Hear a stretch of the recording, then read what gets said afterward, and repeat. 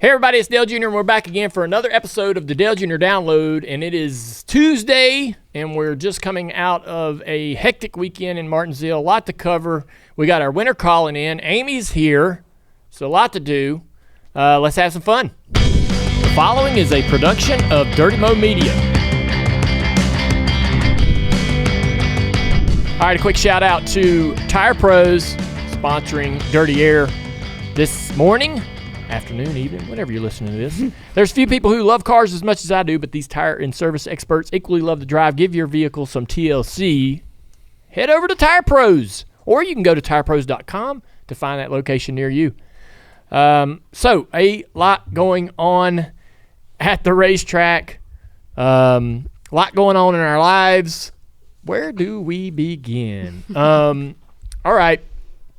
So, let's just jump right into the NASCAR stuff and the Cup race. I mean, tomorrow we have all four of the Xfinity Series final four drivers going for the championship. We have them here tomorrow on the guest segment. We're not going to do much Xfinity today because that's going to get covered well in the guests. So let's jump into Sunday. NASCAR officials deemed Christopher Bell's move a safety violation.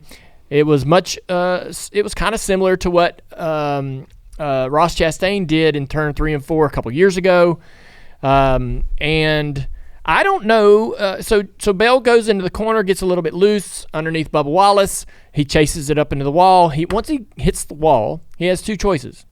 Turn back down the racetrack and drive off the bottom of the corner, or throttle up and just finish the corner on the fence. And that's what he chose, finishing the corner on the fence. It was really similar to what Ross Chastain did. I think NASCAR makes the right call here. It did take 27 minutes to make. I wonder what their conversation was around why, They said they were looking just at Bell, just at the 20 in terms of this. It seems pretty simple of a call. It was too similar to what Ross did. If it's a rule, which they made this rule, love it, hate it, it's a rule. I feel like it was a pretty simple call to make. So that's why you think they made the right call. I think they made the right call. But similar. I wonder why it took 27 minutes. People have been complaining about the time it took. I actually have no problem with this. This is a big decision. It is. It is a big decision. I want them to make sure they're taking the right amount of time to evaluate everything. I guess it's like back to, if it's a rule, it's a rule. Why did it take so long to make the call? But I think it was a stupid call. Oh, why? You don't agree with it? I just feel like I'm a NASCAR driver. Why would I not just give it everything I've got and cowboy through this? Yeah. I understand that it's a rule. Yep. I understand that they're trying to Yeah. Here's the problem, all right? And I don't think a lot of people think about this particular thing. There is a crossover gate off turn 4.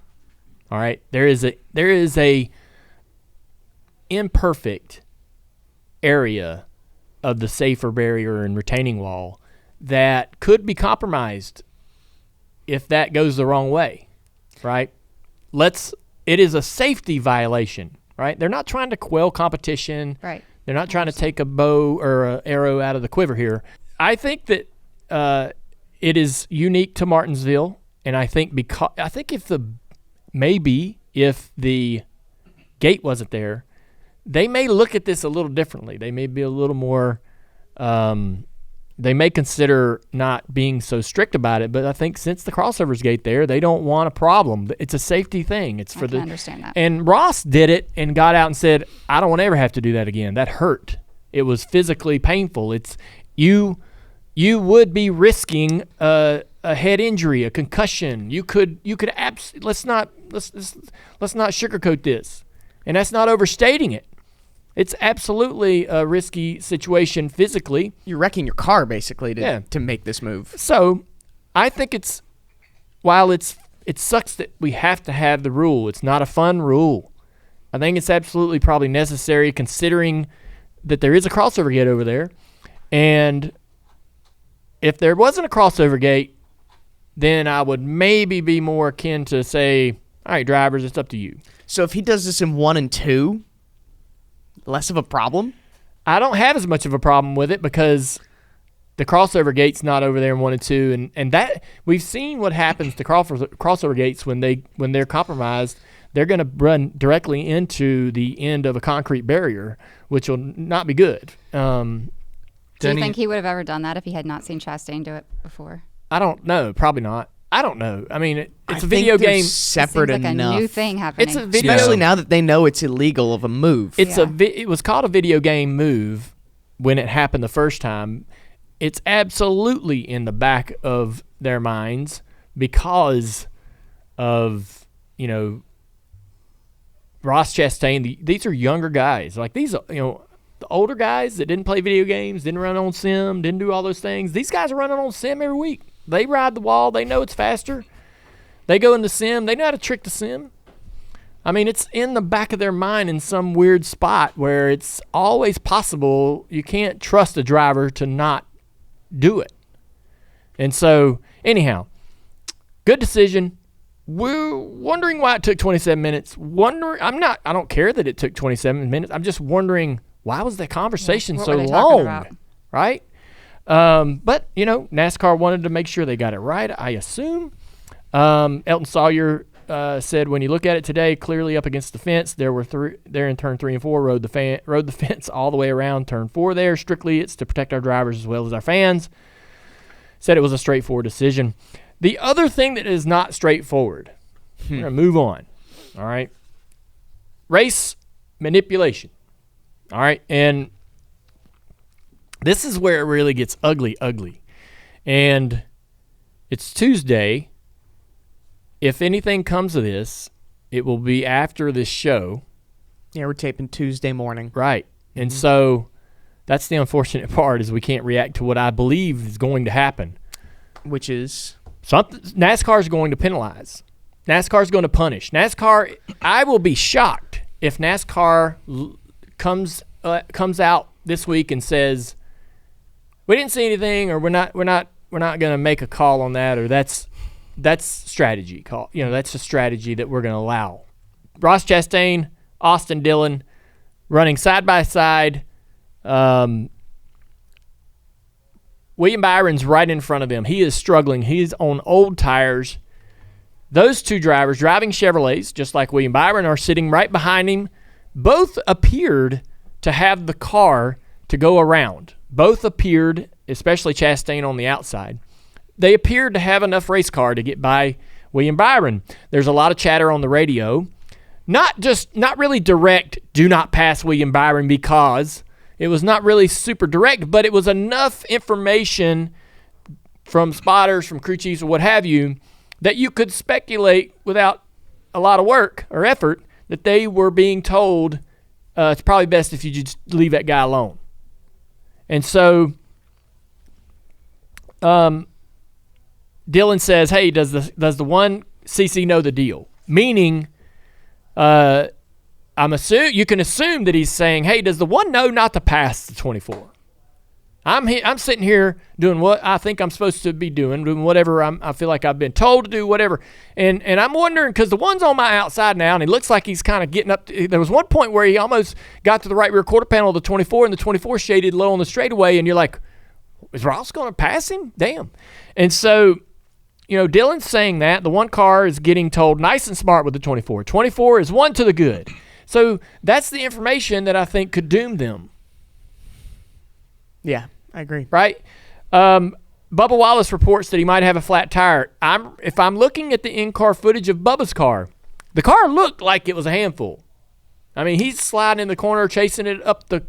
He's checked. I mean, if he's acting, doing a damn good job. He is. Also, that third groove with all the rubber that was being laid down, Denny said on his show, is like ice. It's dirty. So listen, I think Bubba says, God forbid if we don't effing help a JGR car. Sounds a bit like he's frustrated that he's being put in that position or expected to, because that sounded like a Bubba saying to me, like that didn't sound like it was a code word or it was. I felt like it was more like a reaction from Bubba going, I really don't want to be asked to do these things. Right. Like he's just frustrated in the moment. It's not some sort of bigger picture thing. I got my own freaking problems here. Right. He's getting constant updates on the 20's location. Constant.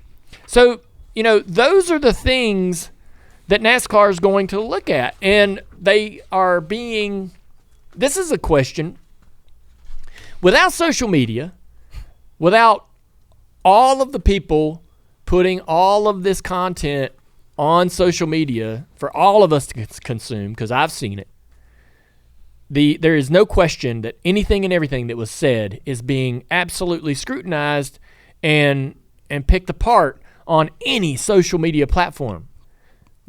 And I firmly believe that absolutely puts pressure on NASCAR.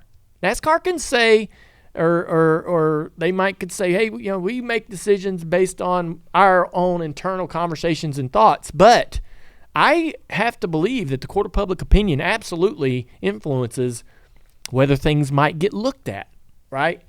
Connor Jones wrecks that boy at Homestead. They penalized him 2 laps or something, right, in the middle of the race. I believe if you didn't have social media, that would have been the end of that. I believe because of the uproar after the fact, NASCAR then reacted again saying, oh, we're going to look into this.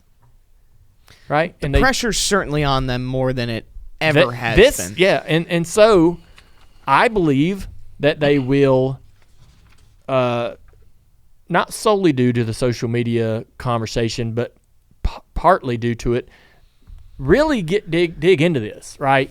I go back and forth with this. Gosh, I had a friend of mine that watches racing, and who are you going back and forth with? Mm-hmm. Just yourself? Yeah. Oh. I go back and forth on my feelings. It's definitely not with Andrew. Don't open your mouth, Andrew. Every time he opens his mouth, I stop because I think he's going to say something. Yeah, that's what the conversation looks like. Somebody else opens their mouth and says something. You take turns. That's right. Okay. All right. So I had a friend of mine say that he liked the strategy. He didn't mind it. He's watching racing. He's not in the industry. And he's like, what do you think about blah, blah, blah? And I was like, I don't like the manufacturers. I don't like feeling like the manufacturers are dictating what I'm going to watch. I heard Mark Martin this week. He said, man, I went to Talladega with Jeff Burton, and Jeff Burton would come up to me and say, don't go with me. Don't help me today. Don't help me. I don't want you helping me unless it helps you. And so back when I raced, that was the code of ethics on the racetrack at Talladega and Daytona. I didn't help you unless it helped me. And if I saw a teammate and I knew they needed my help, but it was going to hurt me, I didn't help them.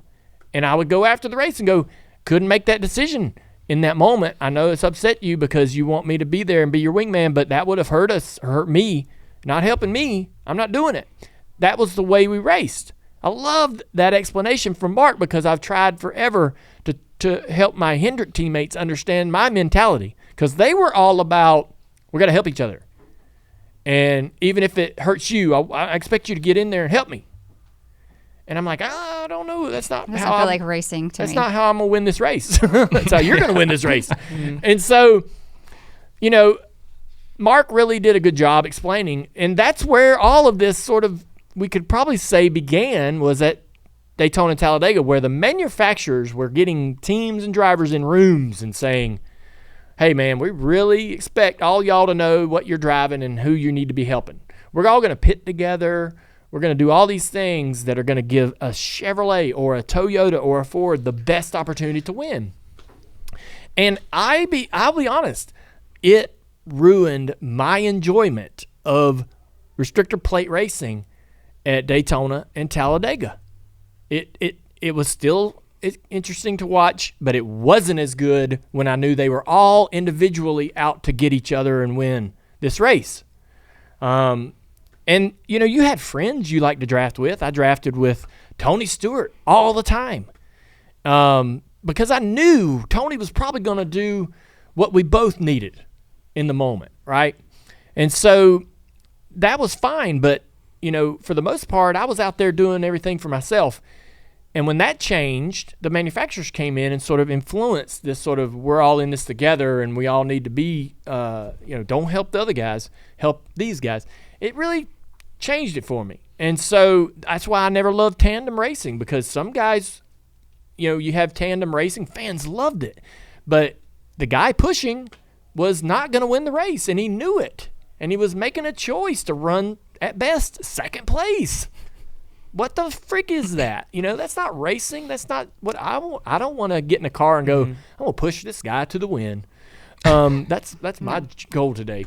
And so that's where all this kind of began. And the playoff system has put the drivers in a situation to where these are the new tactics. And they're developing and evolving, and they're more on display every year as we go through these rounds. And it's not specific or to Martinsville, but Martinsville certainly is where we see a lot of that happen. And I was saying I'm torn. Like, part of me sees it in, you see some of these sort of team orders in different forms of motorsports, not a lot, but you see it in other forms. I think the majority of people don't like it. Right? I don't like it. How do you, I don't love it, but how do you govern it? How do you stop it? Who do you penalize? Do you penalize the manufacturer? Denny was saying they really care about the manufacturer points, so you hit them there. Yeah, but let me ask you this. So, and that was going to be one of my questions to you. So, how do you fix that's this my question in to this you specific situation? Andrew, that's my question to you. Well, here's where I think then. and I'll ask you a question. I'll ask you a question. And then we're having a conversation. Look oh at my this. God, stop it. This is awesome, Amy. How is this different than what happened in 2013 at Richmond with Michael Waltrip Racing? And Denny said it's the same, it's just baked differently, is what he said on Actions Detrimental. Like, and if that's the case, it's not. It's different. Not different. It's not. It's not different. Oh, okay. It's okay. not. I think I agree with you. So if that's the case, do we expect some crazy news to drop this week? Are we going to see a different championship for? There are three drivers. No shot. I don't think necessarily putting Larson in solves the problem, because you still get a Chevrolet. These are the things I've heard. Elton Sawyer came out and said that at the end of the day, it was entertainment, and that's what. But they're not gonna do anything about it. You are crazy. No, penalty. Yes, penalty. Yes, I'm saying they're not going to something. change the four guys who are racing for a championship. That's set in stone. Look. I'm saying if the way you fix it, you got to hit him hard. All right, maybe that's but Byron didn't do anything wrong. Look, nobody neither said did Clint Byron. Boyer. Neither did Clint Boyer. Clint Boyer. Neither did Martin Truex Jr. Yeah, did Martin get taken out? I forget all how that went down. I think they added Gordon. I don't think he got taken out. He did get taken out, and they added Gordon. Oh, wow. I thought they added a 13th. That was a ninth car, wasn't 13th. It? So who did? Pretty sure they yanked Truex. And then Newman gets in. Let me look it up. Yeah, it was a weird thing. Yeah. So I just remember Michael Waltrip Racing definitely lost in that situation. They did, and they ended up fucking going bankrupt. And so that's the problem for me. The sport is the sport has gotten so big and so there's too layered. Many influences, yeah. Dude, you listen, this isn't fans. I hope the fans can understand where I'm coming from. If you're a fan and you're listening, put yourself in the shoes of NASCAR, right? You want to make a decision. You want to quell this. You want to try to avoid this getting out of hand or getting worse or happening again altogether, right? You don't like the drivers doing those type of things on the racetrack. How do you deter it without giving a team the death penalty or souring a OEM manufacturer on the sport entirely? Yeah, because you don't want that. That could very well happen. So that's the problem. So like if you go after somebody really hard, you have to be careful that you don't, it's very delicate. You have to be careful that you don't basically put them out of business or run them out of the sport. And maybe you're not, I know this is probably not the entirely ethical way of doing it, but maybe you get everybody in a room and say, look, we've got to deter this. We've got to do something publicly. The optics of our reaction is really critical and important. We are going to we're choosing to do these things, and you guys are going to get penalized here. Y'all have to help us row this boat, right? And go along, accept this result, right? That seems ethical. Is it? Yeah. So, all right. So, I think that's what you can. That's the best case scenario. How do you penalize or punish a manufacturer? That I've never seen happen before. I don't think you can penalize Byron. He's driving his ass off on old tires, so I think he's fine. I don't believe you put somebody that's knocked out into the playoffs. I feel like that takes any legitimacy out of it entirely. They already got tricky with that when they penalized the 48 and put Logano in.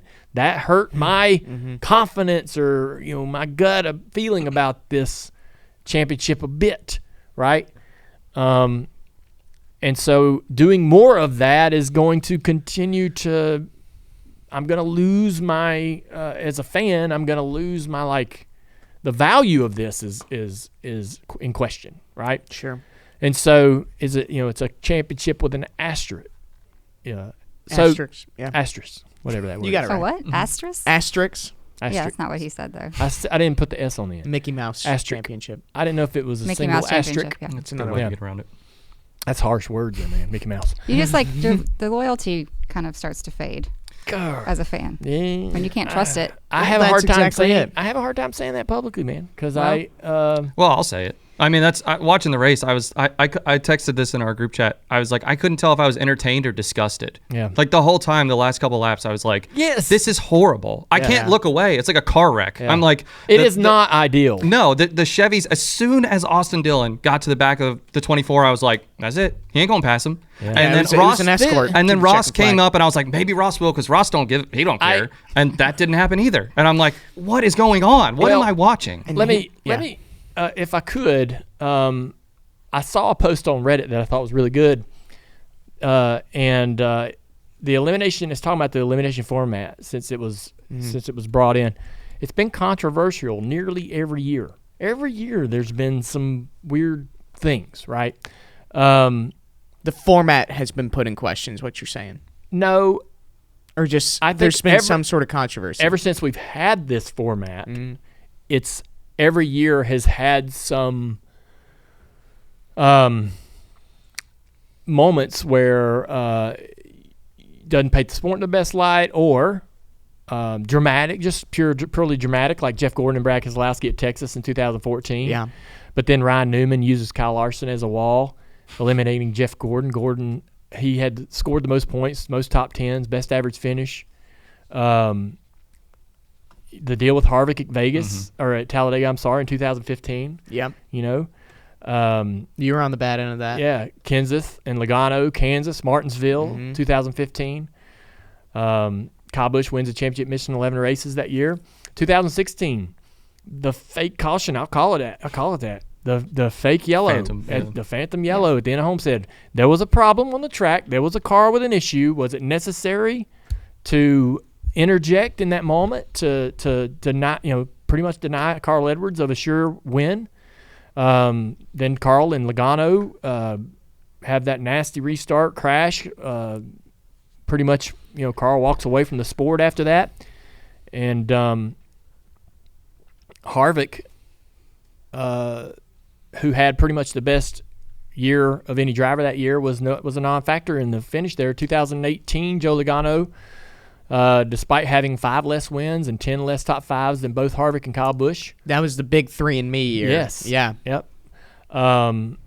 And then 2020, Kevin Harvick with an average finish of 7.39 wins, 20 top fives, 27 top tens, missed the final 4. Yep. And a Did you miss 19? A Gibbs car refused to pass a fading Denny Hamlin late at Martinsville that year.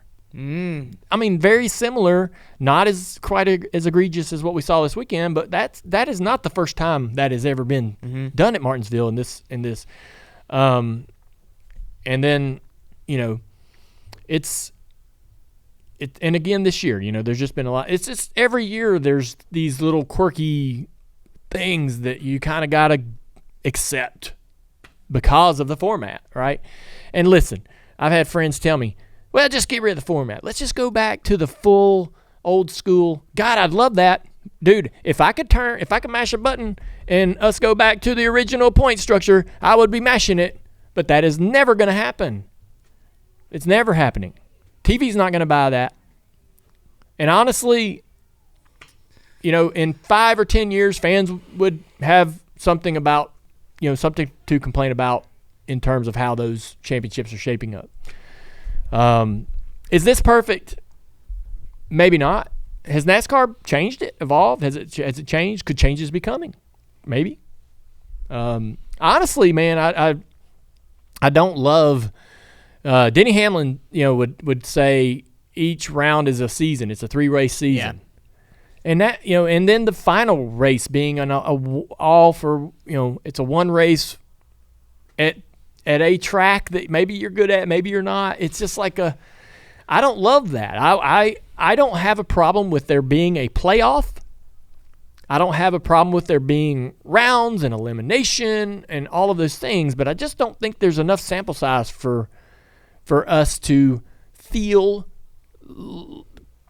as confident about the result as we did with the old system. The old system was, you couldn't question it. This guy ran all the races and got the most points. There you go. You can't argue that. Do you feel like it would be fair to go back to having a playoff and then the point system was with those 12 drivers from then to the championship? Yeah, I'll be honest. Maybe the that old was chase. Maybe the old chase with the 10 race. Everybody starts and here's your 10 races. Go for it. No eliminations. It's right? One of the most iconic playoff. races ever was Carl Edwards and Tony Stewart battling it out in 2011 because they were just that close on points. Yeah. They tied after those 10 races, and it came that, maybe that inspired our Game 7 moment. But, we got an unbelievable moment from that system that you were just talking about. Yeah, I think that might be the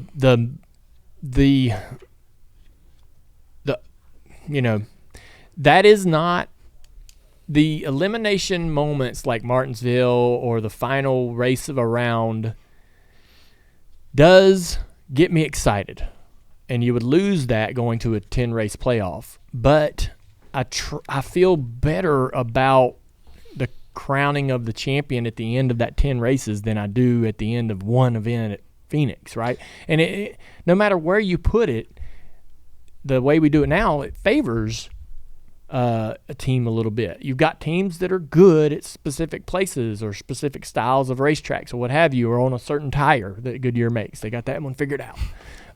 It would keep people from allowing their teammates to finish in front of them. Gaming it a little bit, you think? Yeah. I think you'd have better races. Going back to go ahead, Dalton. I was just gonna say, doesn't this weekend overshadow the championship?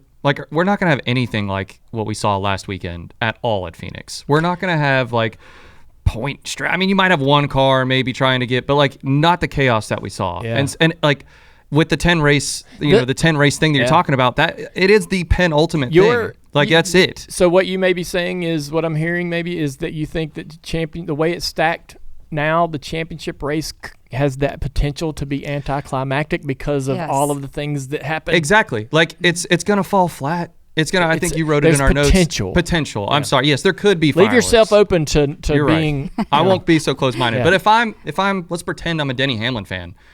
Why do I even care about this weekend? I know, if we stacked it up and said it was a 10-race stretch, there's going to be guys that are out of it. Oh, of course. But earlier, I just hate that the big bang seems to be in Martinsville. It's not at Phoenix.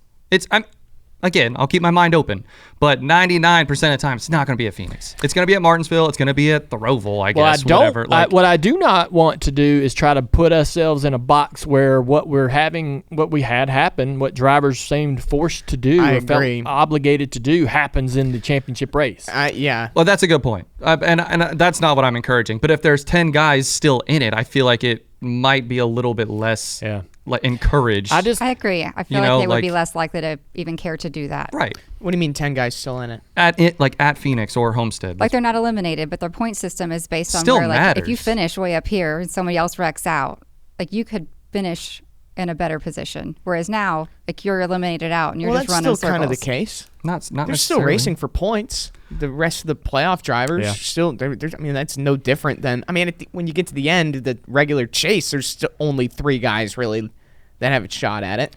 Are you frustrated with Phoenix? If this is Homestead this weekend, it's the whole thing. No, it's the whole. I mean, yeah, Homestead would produce a better race for sure, and I don't think you'd see guys kind of checking up. Yeah, but Homestead still cater. I mean, it's still one race that still can cater toward a certain car manufacturer, tire. Right. It's still right. It's a one race, no matter where you are. Man, I need more. Sure. And if you ain't gonna give me a full season, because they're never going back. No. If you're not gonna give me that, I think I need more. And like a 3-race playoff. 3, maybe 3. Yeah, ain't enough. maybe that's a baby step. And again, I'm going back to. That's not going all the way. That's going halfway there. The anonymous poll, the anonymous driver poll that Jeff Gluck and Jordan Bianchi did at the beginning of the playoffs. There were a decent amount of drivers that threw out a 3-race final round. Yeah, they're where it's hoping points. They would certainly prefer that over the one. Yeah. What if you told them you're going to have 10 races like the old Chase? They'd probably all pick that. They'd jump up and down for joy. Oh, hell yeah. There were a lot of people who did say that, too. Yeah. How many times can we change the format before people start not taking the sport seriously? You know? Are they taking it seriously do we have now? to stick with this? Because if we just keep changing things and we decide to champion a different way every year, does that hurt the sport in the long run? Are you proud of what you saw this weekend? No, I don't. There's not a good taste in my mouth after that. So, I mean, it kind of answers the question. A little bit. It's like, if it needs to change, if something's broken, it needs to change. I think that NASCAR's willingness to change says a good thing. Sure. And yes. And going back to something they know works is not bad.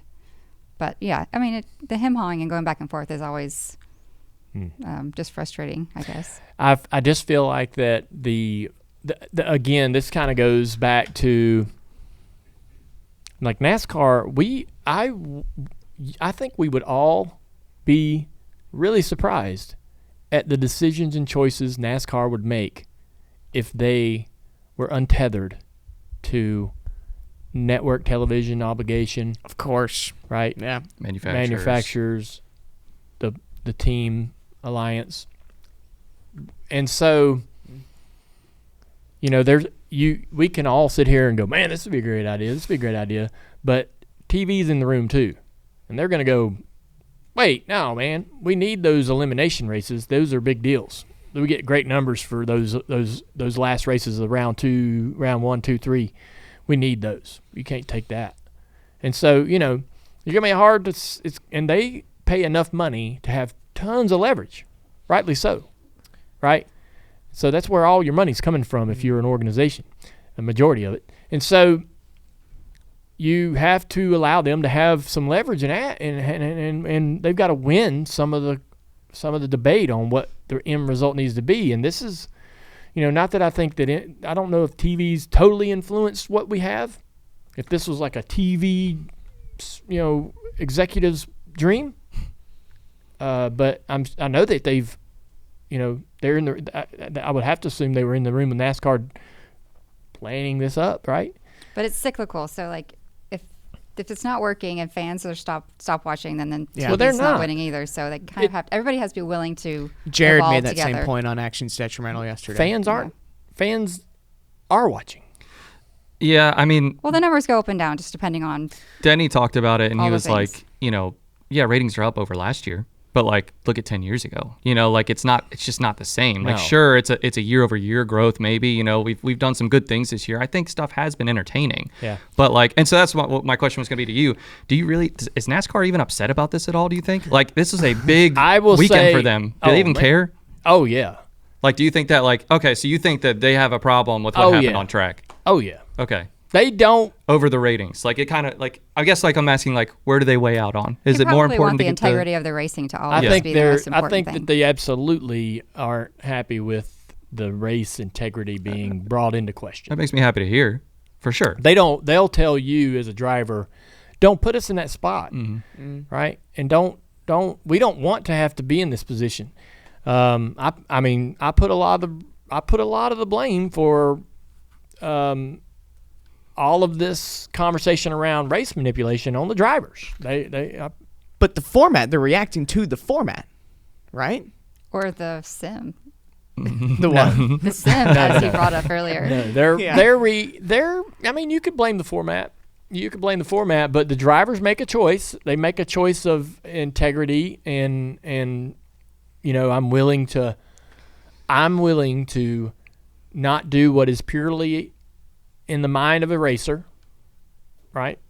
I'm out here not racing. Yeah. Right. I don't think there's an innocent party. I don't know. That's the problem. A driver would walk in here and say, "You think I want to do that? You think I want to ride behind that guy? You think that's what I feel like doing?" You're right. Not at all. So let me ask you this, and again, we're kind of going back to like what happens from this. I just don't know how you stop it. I don't know how you.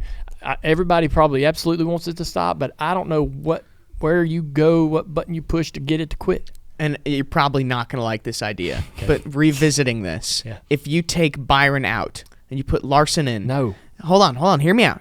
This is terrible. I know. Let's But move I've the heard 600 this to the conspiracy fall, too. theory a few times. Go ahead. Chevy still gets their car. Mr. Hendricks still gets their car. But now, if you're a driver, oh my God, if I participate Byron didn't do in this- anything wrong. Yeah, you're right. What did Byron do? He's not blocking. He's just, you could watch him drive that car and see how bad the drive off was and how much lateral grip he didn't have and how hard he was struggling just to stay there. And All right, you got a point. I'm when convinced. the one actually gets to his right rear quarter, he shaded left. He was like, "Hey, if you're there, I'm gonna let you have it."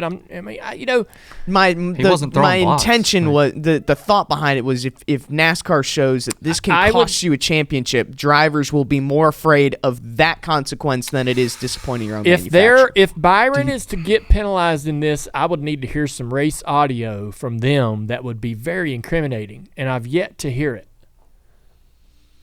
Yeah, I mean, there there wouldn't be wasn't anything one. from NASCAR, that car. the one thing that I've learned about NASCAR over the last several decades is they're going to give you an out. They're going to look.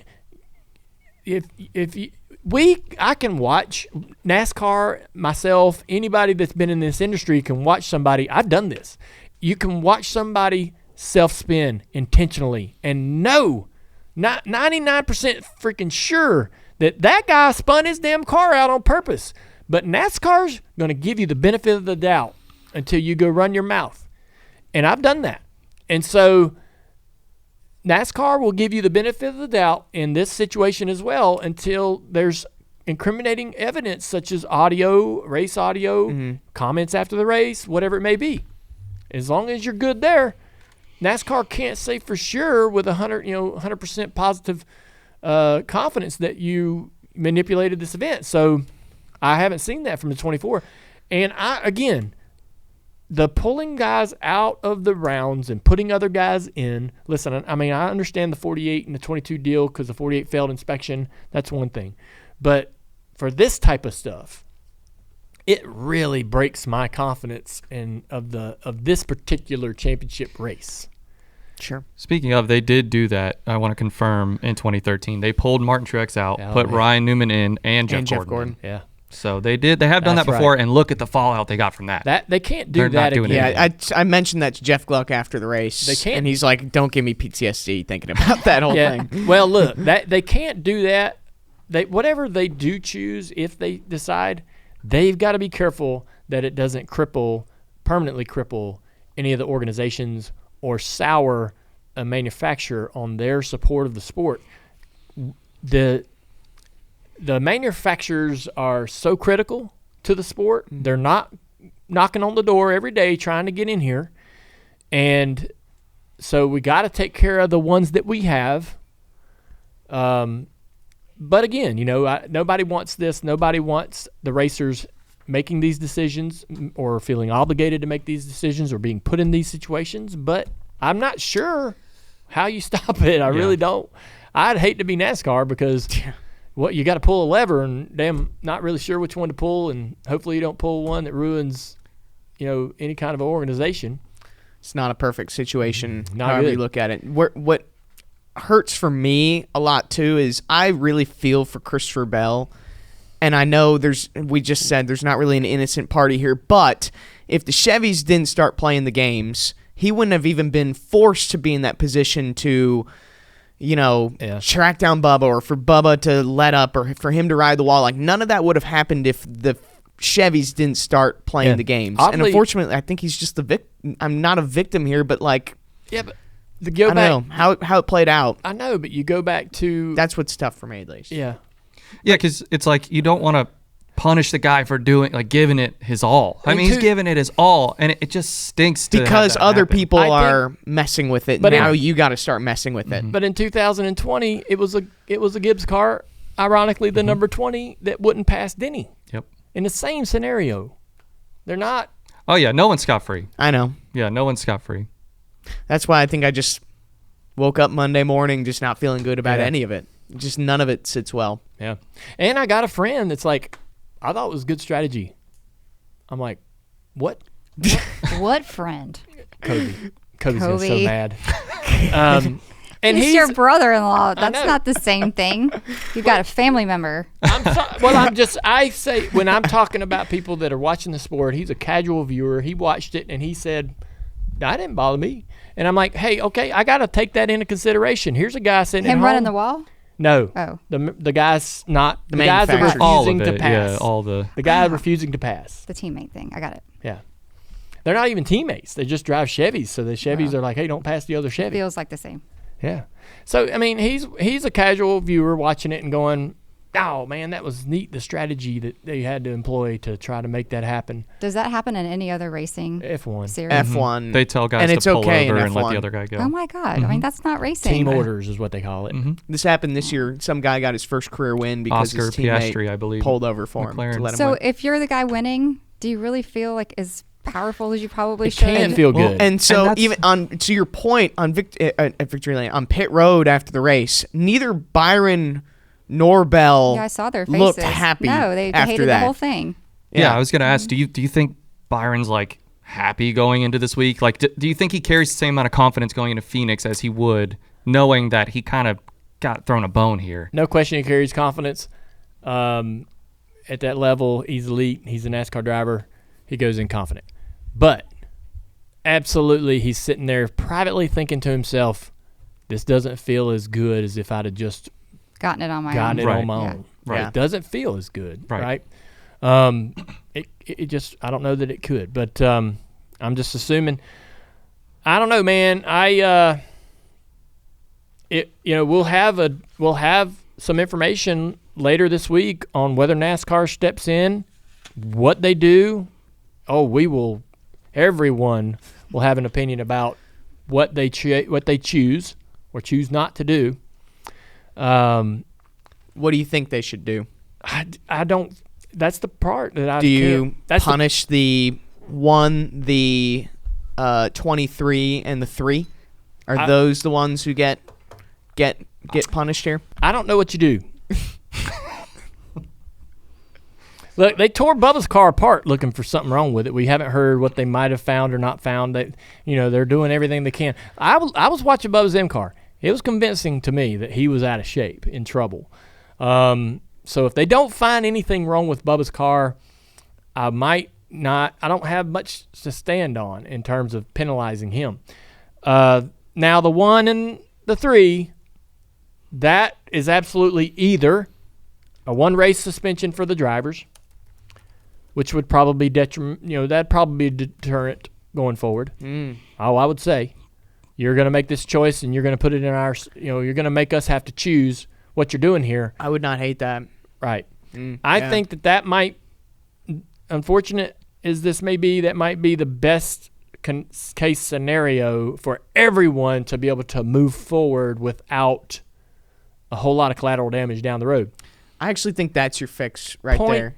Points and money.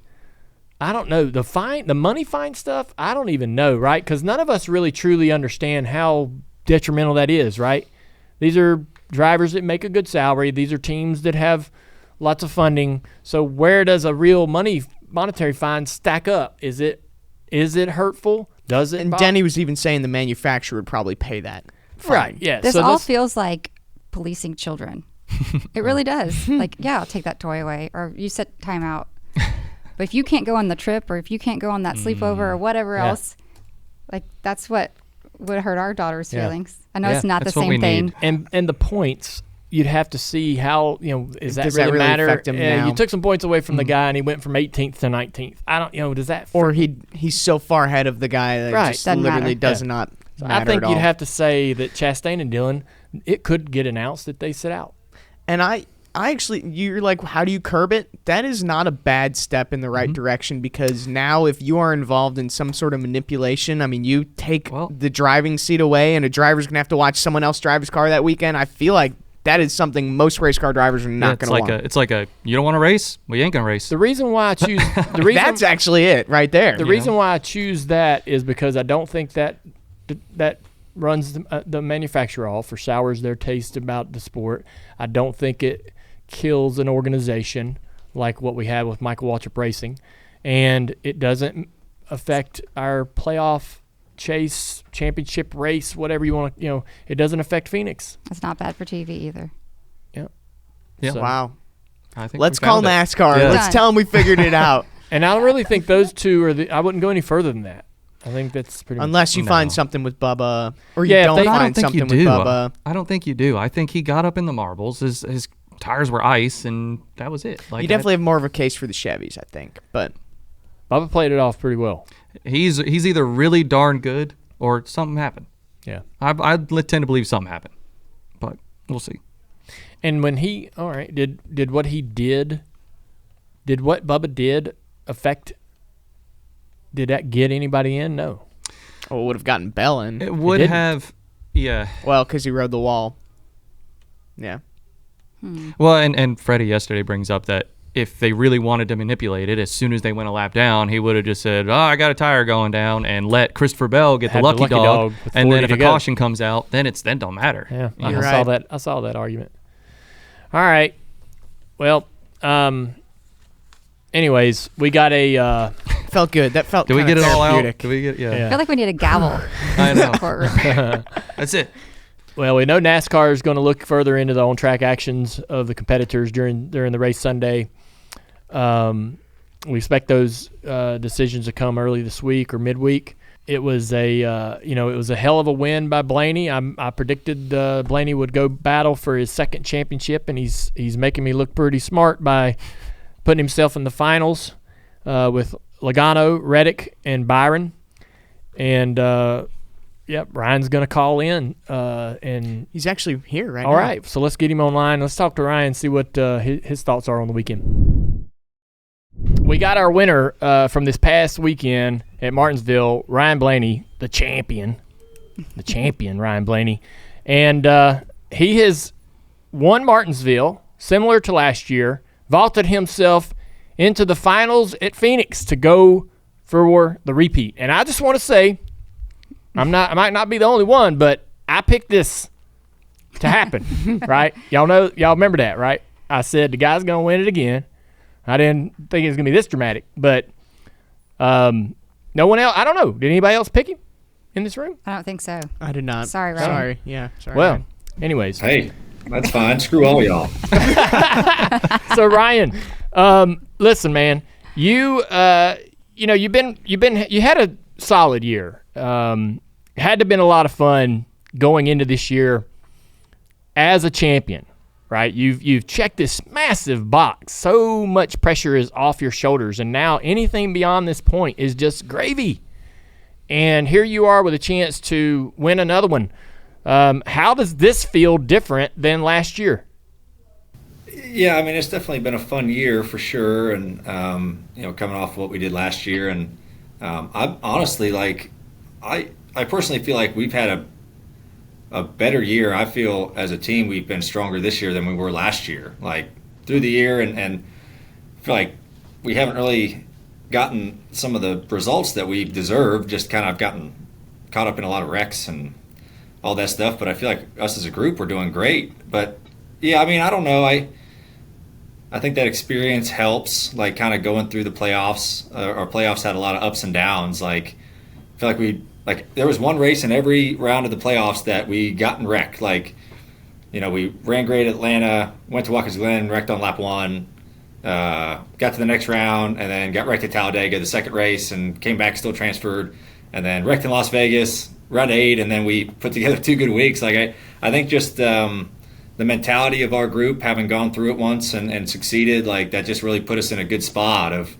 not really letting a lot of things bother us and just focusing on what's the next goal and how do we, apply ourselves enough to try to, achieve that goal. And people were asking me like, what's the difference between, this year, last year? And I'm like, I'm like hungrier to win a second championship than I was the first, because it's almost like eating the forbidden fruit, and you want that feeling again, and you want to be back in that spot again, and you had that feeling for a little bit, and how do we get back there? So it's been a fun year for sure, and it's nice to just have another chance at it, and it's a cool group to do it with. These are great people. So out of all of the drivers that were trying to make it into this finals, some pretty heavy hitters found themselves on the outside looking in, namely Larson.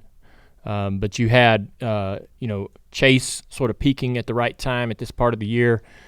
I don't want to discredit the competition because you've got Reddick, who won the regular season. Byron was strong all year, going for his first championship, and you got a guy and your teammate Logano. You know exactly what you're up against there. But knowing that, Larson, Hamlin, some of those heavy hitters are thinned out, does that change your confidence at all? No. I feel like, those guys are going to be tough. No matter who's in it, Phoenix, it's going to be difficult. So I don't really look at it that way of, those guys not being in compared to some other guys that are in. Like, I know everyone, it's going to be a tough task no matter what. Like, you're going to have your work cut out for you. So, I've never really looked at it that way, and it's going to be difficult no matter who's in it. It's just nice that we are a part of it, and we are still alive in the deal. What about your teammate being a part of the 4? How's that an advantage? Might it be a challenge at times as you go through this week?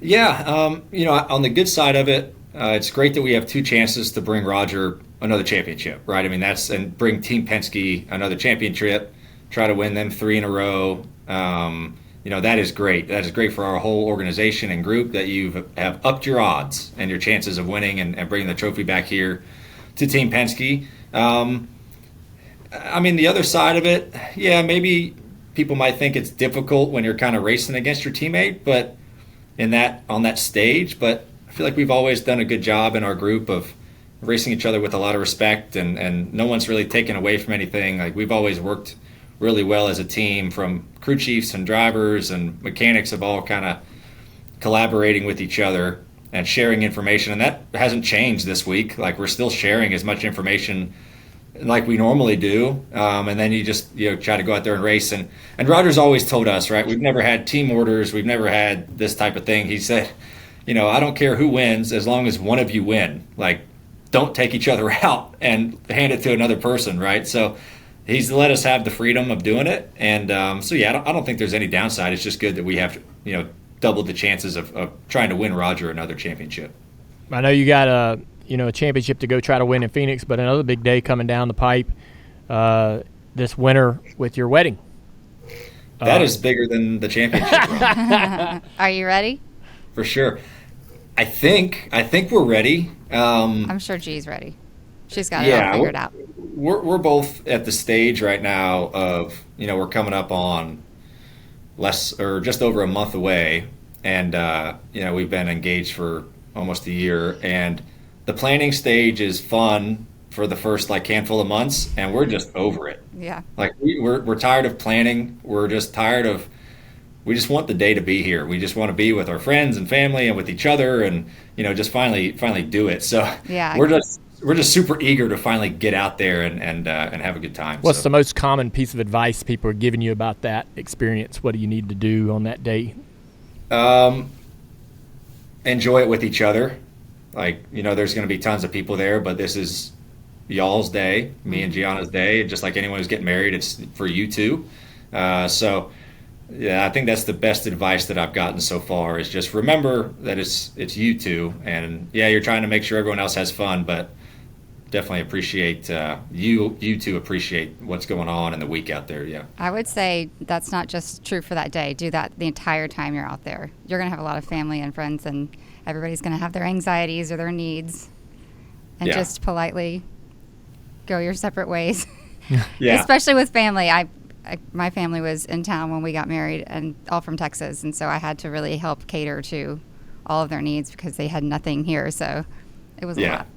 Yeah, we're trying to we're planning the week out, and it's like, all right, well, we have these things we have to do with the group, stuff like this, but we've blocked off like 2 nights. Like, hey, it's just gonna be you and I. Oh, that's nice. The day we go, just go to dinner, you and I. Oh, that'd be good. Mm-hmm. Yeah, Day together, you and I. So that part, I think we've done a decent job of kind of mixing and matching. Good job. The there'll be a lot of amazing moments, but I think I can't wait to hear your description of what you think or feel the moment she appears.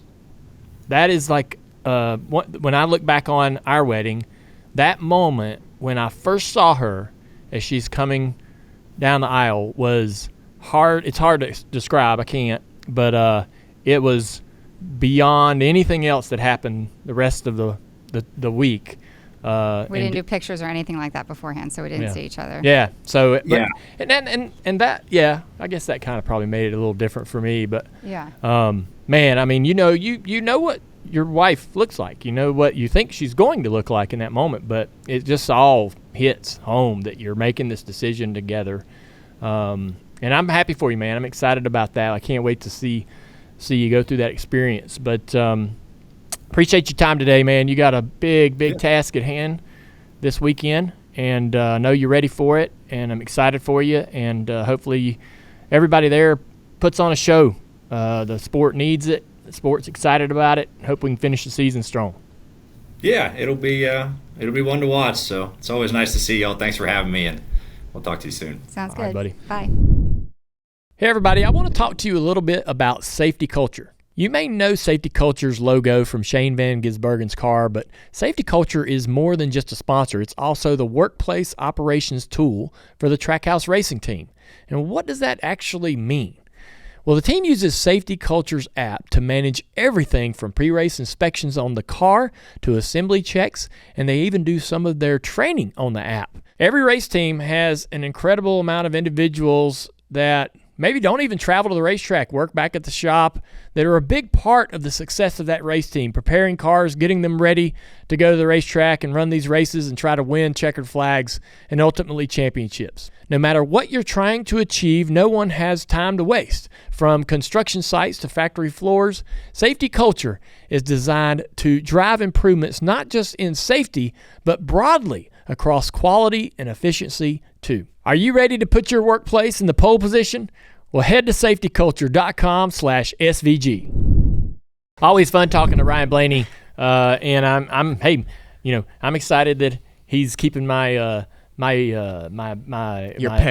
pick alive. But hey, good guy, great great champion, great representative for the sport of NASCAR, and a good friend. Yeah, really good guy.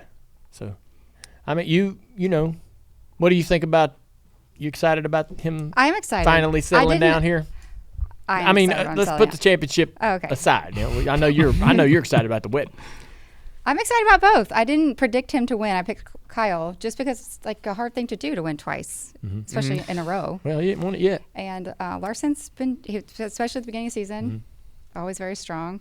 So that's why I didn't pick him to win. But yeah, I'm very excited about their nuptials and the event in general, and seeing her all dressed up. It's going to be really fun. Yeah. So looking forward to that, man. Great to have our winner call in here on the show, and thank you, NASCAR, and thank you to all the drivers for working with us throughout the year to bring that to us. And, and we'll get the champion next week. Next week we got the champion. Isn't it it ain't our final show. No, it's not. But it's the final recap show. It's our final show after a race, but we're gonna do some more content this winter than we've ever done before. Yeah, we've got a lot of cool things. We got some great ideas. for this feed. Yeah, me and Amy are going to come in the studio throughout the winter and drop some content and have some fun with the holidays. So, yeah, we're not gonna disappear. The other thing, too, was Blaney drove really aggressively to get to the lead. Great short track racing. I got to commend Goodyear on a great tire. Yes. Phenomenal. Yep, they finally brought a tire, Amy. They've been taking tires to the short tracks that can run 30,000 miles, and they decided to start trying to take tires that would wear out and cause some challenges for the drivers. And they've really went above and beyond to produce, I think, a really good tire for the short tracks at Martinsville and made some good ground. I'm really confident and happy about that. We've asked Goodyear for years to get going, off their ass here, and they finally got it going. I feel like when you were racing, you would beg Goodyear for a tire that would stay together. No. Well, hey, we want the tire to stay together, but we want it to wear out. We need it to slow down. So complicated. Yeah, you gotta That's get got to it be a right. very hard thing to do. You don't want a tire that can run the same lap time for 150 laps. And so and you're just talking about short tracks. Yeah, just the short tracks. Yeah. But it was a great tire. Blaney did some old school rooting and gouging, which was nice to see because the next gen cars couldn't even get to each other. Yeah, it was cool to see people actually bumping people out of the Yes. way for once Yeah. at Martinsville. It was nice. I love it. The tire, big part of that. I mean, hell, back to the tire, I think Chase short pitted someone and like jumped 2 spots or so. He took the lead late in the race Yeah. because of the tire alone. Yeah. As I mentioned, tomorrow we have AJ Allmendinger, Austin Hill, Justin Allgaier, Cole Custer coming in to talk about racing for the Xfinity Championship this weekend. And then our Truck Series Final Four, Effinger, Eckes, Heim, Majeski. It's going to be a hell of a race. Eckes, him and Taylor Gray, did y'all watch the truck race? I was at a concert, but I some saw of it. bits Yeah. and pieces of it. So, Taylor Gray gets the lead.